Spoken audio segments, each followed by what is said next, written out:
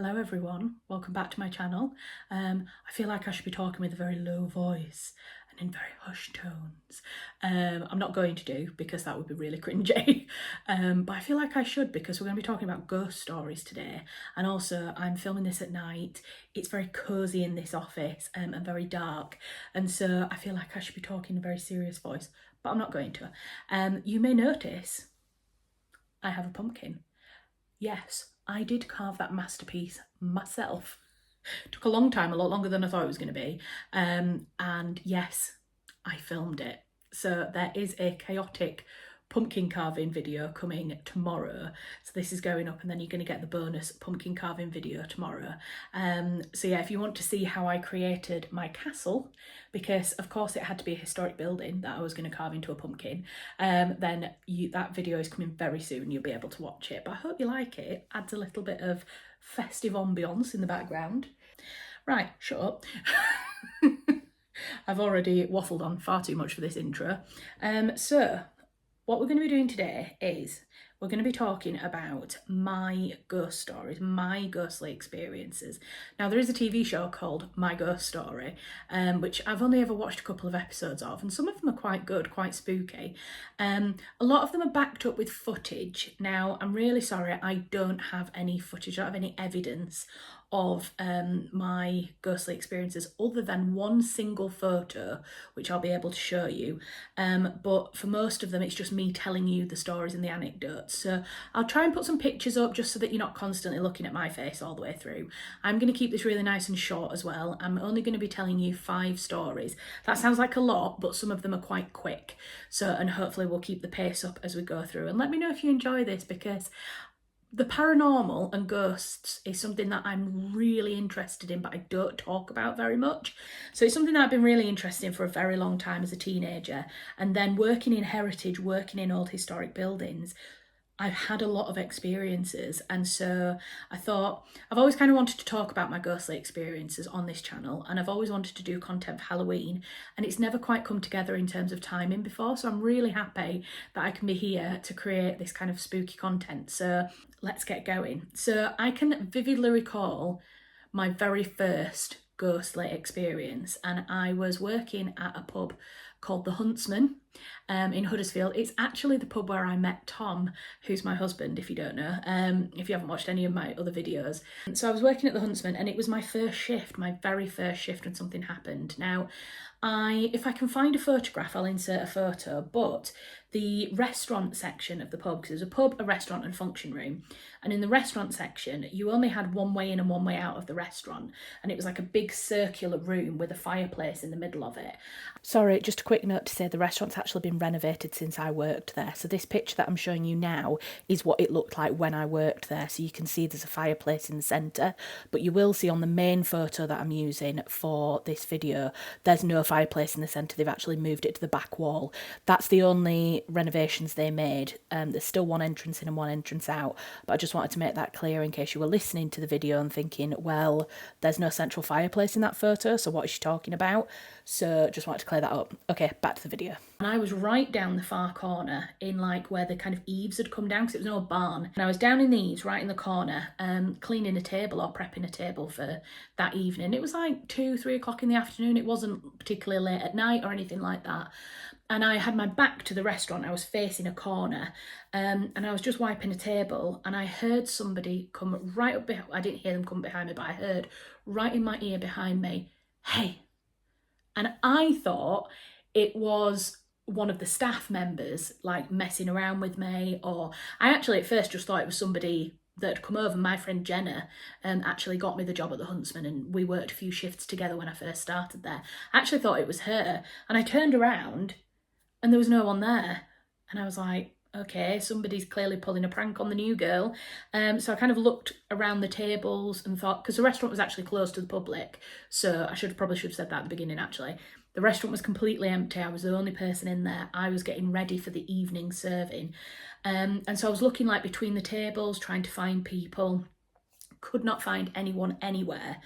And then I was like, that's a bit spooky. And the exit from the restaurant was quite far away. So if someone had just said, "Hey," and then walked off, I would have seen them walking away because I turned around straight away. And it made like I know people say this all the time, but it literally made the hairs go on the back of my neck. And I thought, oh, that's weird, because I knew I'd heard it and it was right in my ear as well. And so I went and spoke to another, I don't think it was Jenna, it's somebody else, one of the other girls that was working on the shift. And she said, oh, well, it is haunted, is the pub. And I said, oh, okay, wasn't aware of that. And she said, oh yeah, it's definitely haunted. We have quite a lot of things go on. So then, as you know, you're there a little bit longer. Sorry if the light goes a bit funny. Stanley's decided to go and sit in front of the lamp. Yeah, so she said, oh yeah, we have things happen quite a lot. There'd been a story of someone who had been cleaning out the pub at the end of the night, like all the customers had gone. They went through to the far end of the pub, which is what used to be the original farmhouse. And there was a man sat in front of the fire having a pint, or what looked, she thought he was having a pint. She went back to the bar and spoke to a colleague and said, oh, there's one man finishing up. The colleague looked over towards the fireplace and said, there's nobody there. And it turned out this man just was nowhere to be seen. Yeah, there were quite a few experiences. Those are just two that I can remember off the top of my head, but it's a really interesting pub to work in. It could get quite spooky at times, especially if you were like in the restaurant on your own or walking through the kitchen. I hated walking through the kitchen on my own at night when it was dark and all the chefs had left. That was definitely an area that I did not feel welcome. So yeah, that was my first kind of introduction to ghosts and the paranormal. So that was at the beginning of university. I would say that was kind of in, what year would it have been? Around 2006. And then in 2009, I finished my degree and I moved to Northampton, and I went and I lived and worked at Lamport Hall in Northamptonshire, which is where I did my internship in country house studies. And I was living actually right up on the top floor. If I've got a photo, I'll show you. Right up on the top floor in the servants' quarters. And I worked at a little pub on the end of the road called the Swan, still there, and I met a friend, Kayla, there. And one night we'd finished our shift really late and she came back to mine because we were doing something, I can't even remember what we were doing now, but she came back to my flat in the house, and she was just asking me about it. She said, oh, don't you get scared being up in like the servants' quarters on your own all the time? And I said, you know what, I really don't, because it's the most lovely house. There is absolutely nothing spooky about it at all. There's been no murders, there's been no like unexplained deaths, there's been no suicides. And as I said the word suicide, the fire alarm went off. And at the time, I didn't even think about it. I was like, oh God, the fire alarm's gone off. This is like, it was 10:30, 11 o'clock at night, so it was quite late. I was allowed guests back, so there was no problem with her being there. But I felt like I'd done something wrong, even though I knew I hadn't. So anyway, it being a big stately home, it being a country house, it was automatically, the fire brigade would come out automatically whenever the fire alarm went off. So we all had to pile out of the building. We stood in the car park, and the fire brigade went in. They said, oh, it's actually alerting to your flat. And I said, well, I promise you I haven't done anything. I had a shower at like 8 o'clock last night, but at 8 o'clock tonight, but that can't be what's caused it. I said, we haven't been smoking, I said, I honestly haven't done anything. And so they went up and had a look and they said, yeah, well, there's no smoke, there's no evidence of a fire, nothing like that. And they said, well, you know, sometimes you get spiders walking across the sensors or this, that and the other. They couldn't explain why the fire alarm had gone off. So anyway, Kayla said, you know what, I'll go, it's getting a bit late anyway. She went home, I came back upstairs, went to bed, didn't think anything of it. And then either the next day or a couple of days later, the house was opening to the public and I went and spoke to the volunteers. I let the volunteers in and we were just having a bit of a chit chat before the house opened up. And I explained the night before or whenever, about the fire alarm going off. I said it was so weird because I was just talking about suicides and the fact that there hadn't been any suicides at the house. And one of the volunteers turned around and said, well, yes, there was. And again, the hairs on the back of my neck went up and I said, what do you mean? And it turned out that one of the former sons, and I've written about this in my book, Lady of the House. This isn't a ploy to try and get you to buy my book, by the way, because I don't talk about ghosts, but I talked about the sad event of this young man dying. And he had inherited the baronetcy a lot earlier than he'd expected to, and couldn't cope with the pressure, and so he took his own life. But he didn't do it at the house, he did it away. He was living in Cheltenham at the time and he took his own life in Cheltenham. But obviously spirits return to places that they're happy, they return to their home, they return to their family, and I think that's what he did. And it was just one of those weird moments of coincidence where I was saying there was nothing like that in the house, and then the fire alarm went off, almost as if he was saying, well, hold on, there's me, do not forget about me, and he was drawing attention to himself. And that was the moment when I kind of thought, oh, okay, maybe there is a little bit of something here. Up until that moment, I'd felt completely safe. Not that I didn't feel safe afterwards, but I'd felt completely comfortable. I didn't think of ghosts in this country house. I think I tried to shut my mind off to it a little bit because, you know, walking through an old stately home at night can be very spooky. I'll always remember that moment with the fire alarm going off and me not realising the kind of coincidences between what I was talking about and the family history. So while I was at Lamport Hall, I was doing my internship, I was doing my master's degree, but I also needed money to fund my life and kind of my accommodation. So I went to work for English Heritage, and I worked at a place called Kirby Hall in Northampton, but I worked there part-time, kind of mostly Saturdays and Sundays, but I did do the odd kind of weekday if I wasn't working at the hall, at Lamport, or if I wasn't doing university work. And I absolutely loved it. It was such a beautiful house. It's still, you know, it's still open to the public, still an English Heritage property. In fact, this time last year almost, when I went down to Lamport to deliver my lecture on my books, we went over to English Heritage and went over to Kirby Hall, and I said, oh, I just want to go and have a look around because a piece of my heart will always be at Kirby. And so we went and had a look around, and Beryl, wonderful Beryl, who was so lovely when I worked there. We'd sit in the little lodge where you kind of bring people in and give them tickets. We'd sit there and natter for hours on end and just talk about all sorts of things. And she was still there and remembered me, which was so lovely. So we had a little chat anyway. So yeah, it's just a really, really beautiful house, but incredibly haunted. And it's very specific things. So my experience at Kirby is that a lot of things would move within the house. So part of Kirby is a complete ruin. The roofs are off and it's just like walls that are left. But the far side of the courtyard, the far end of the house is... It's built, there are roofs, there are doors, there's windows, it's a sealed house, but it's more or less bare inside. All the interiors have kind of been stripped out, and actually there's some really beautiful examples of kind of interiors and how interior spaces were created, because it's almost had the bare bones peeled back. So what they have is interpretation panels, which I'll pop a picture up, but I'm sure you've seen them before at museums. They're like big panels that kind of stand, they're like freestanding, and they usually have pictures and words on about the room that you're in or something that you're looking at. And we used to have the interpretation panels. If you imagine the Great Hall, we would have them kind of in the middle of the room in a square. So you'd have 4 kind of arranged in the middle of the room, and people would stand around the edge of the room and read the interpretation panel. So you might stand at the edge of the room, look at one, and look up at kind of the wall and the fireplace in front of you. And not every night, but nearly every single night, you could guarantee that you would close the house down at the end of the day. So like 5 o'clock at the night, you'd close everything down, shut the windows, shut the doors. I mean, part of your job is to make sure that there's no people in the house anymore and that it's secure. You set all the alarms, go home, and then the next morning come back in. There's been no alarms go off, no break-ins, no problems or anything like that. And then I'd open the house up again.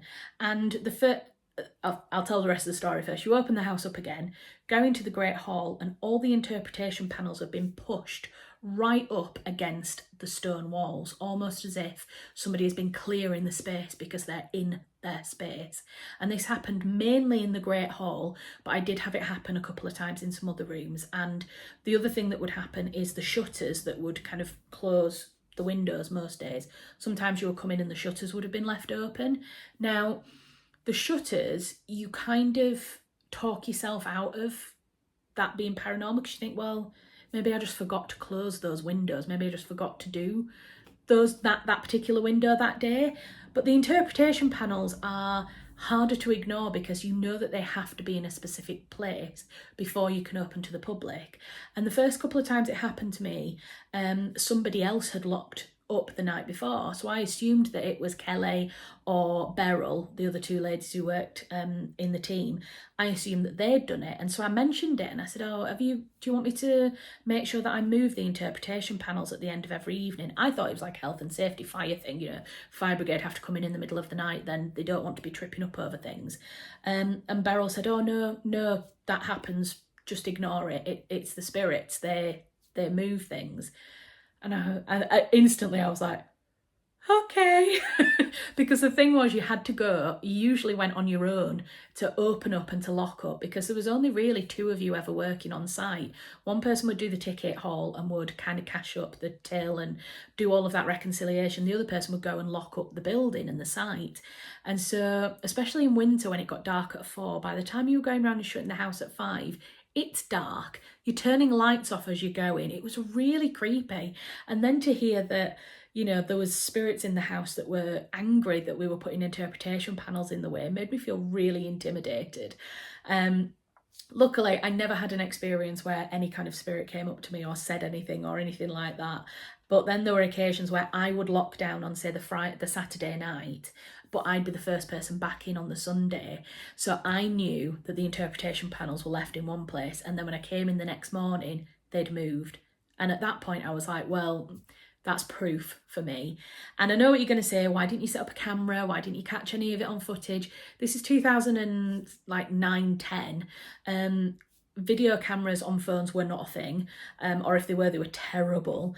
I didn't have the kind of camera that I could leave plugged in and recording. In fact, I don't even think I had a camera that could record film at the time. I think I just had a digital proper camera, and things like GoPros and stuff hadn't been invented yet, so there was no opportunity really for us to film it and catch it on camera. But I'd love to do it now. Beryl, English Heritage, if you're watching this and you want me to do a ghostly investigation at Kirby Hall, let me know. I'd love to. I'd absolutely love to. So yeah, that was the experience there. And actually, Beryl did tell me that she'd been in the house before and had been either locking up or opening, and had heard what sounded like a banquet going on in the Great Hall, like glasses chinking, music playing, people dancing. It just sounded like there was a real party going on in the Great Hall. And so I never heard that, unfortunately. I always wanted to, and it never happened to me. But I like to think that every night after we'd left, they pushed aside the interpretation panels and had a really good knees up every single night that we were there. So the last story I'm going to tell, I do have more, but I fear that I don't want this to become too long and too boring. The last story that I'm going to tell is at Temple Newsham, and it's quite a quick one because I wasn't really there very long. It's Temple Newsham House in Leeds. Really, really beautiful. But there was all sorts of things that happened there. In fact, Temple Newsham is known for being quite haunted. There have been paranormal investigations there. Most Haunted did film an episode at Temple Newsham, but I do not believe it has ever been aired. And we're not allowed to say why. Not because they faked it wasn't anything to do with them faking. But I've overseen ghost hunts at Temple Newsham as a member of staff. Nothing happened on those occasions. To be honest, the spirits were more likely to do things to you as a member of staff when you weren't expecting it. And the most standout instance that I can tell you about from Temple Newsham was kind of poltergeist activity that we would get. We would find that things would be stacked very kind of precisely, and that is quite a common thing with poltergeist activity. So we had a children's area where children would come from the local school and they'd do activities and things, and had loads of Pritt stick, glue stick things, and quite a lot of the time the Pritt stick glues would be stacked one on top of the other in a huge tower. And I think that's one of the things with poltergeist activity is it's almost impossible how things are stacked. You could never replicate it. In fact, we tried. So the first time was with the glue sticks, and somebody came, and I just happened to be walking past. They were like, oh my god, have you seen the glue sticks? And so I went in and had a look, and I think there was about 10 or 11 Pritt sticks stacked up on top of each other. And that's quite a common thing, is that you can't replicate the way that they've been balanced. But they just look really eerie when you see things like that. And then another one was, we used to have a rail for children to hang their coats upon when they came from the school. And one day the coat hangers had been hung off each other in a pattern. So basically the top hanger was on the rail, and then the next hanger had been hung off that side of the coat hanger. So another hanger had been put on that side of the coat hanger, and then on this one another one had been put on that end of the coat hanger, and then underneath it was on this end of the coat hanger. And it's really hard to describe. If I can replicate it at home, I'll do a little bit of footage and I'll show you. I'll replicate it. But it was very precise the way they'd all been hung together. And you know, it was quite a big team at Temple Newsam. I think we had like 40 people working there at any one time, and it's one of those things that somebody could have faked that. And I will admit that at Temple Newsam I didn't know 100% of the time whether it was faked or not. But we asked everyone in the team, and nobody owned up to it, and nobody ever joked around and said, oh no, I don't know who it could be. You know, it always seemed to happen on like the quietest days. Like I remember the coat hanger one specifically was a bank holiday, and so the full cohort of staff weren't in. In fact, on a busy day we had about 40 people in, but I bet on that day it was probably only about 10 or 12 people that we had in. And it was almost like it was so busy all the time that when the house got a little bit quieter, that's when the spirits kind of came out and used to kind of move around and do things. I'm trying to think of other things that happened at Temple Newsam, because there was definitely more than that. But I've rambled on for long enough anyway now, so I'll leave that there. I have more stories. I have my photograph that I haven't showed you. I tell you what, if this video gets 20 likes, if 20 people will like this video, I'll do another part, maybe this weekend, talking about the other ghost stories, and I'll show you the haunted photograph that I have, because I believe that I took a picture of a monk kneeling in the grass and praying at a stately home in Cheshire. So if you want to see that, like this video, and if we get to 20 likes I'll do another part of for this. But that's it for now. Those are some of my ghost stories and my ghostly experiences. Let me know what you think. If you've ever had a ghostly experience of your own, please do share it in the comments. I love hearing other people's ghost stories. So I hope that's got you in the mood for Halloween. Like I say, keep an eye out for my pumpkin carving video, which is coming tomorrow as a little bonus video for you all. And I will be back next week with some proper historic cases of ghost stories, my opinion on them, and whether I think they're real or faked. Ooh. Please subscribe to the channel if you haven't already. I'm trying to get up to 500 followers as soon as possible, and I believe we're quite close to 400. So please, if you've thought about subscribing and haven't quite got to the point where you've pressed that button, please do. It really helps me out, and it helps me get closer to being able to monetize my channel and therefore continue creating content for you all. Okay guys, I am going, and I will see you all in the next one. Bye.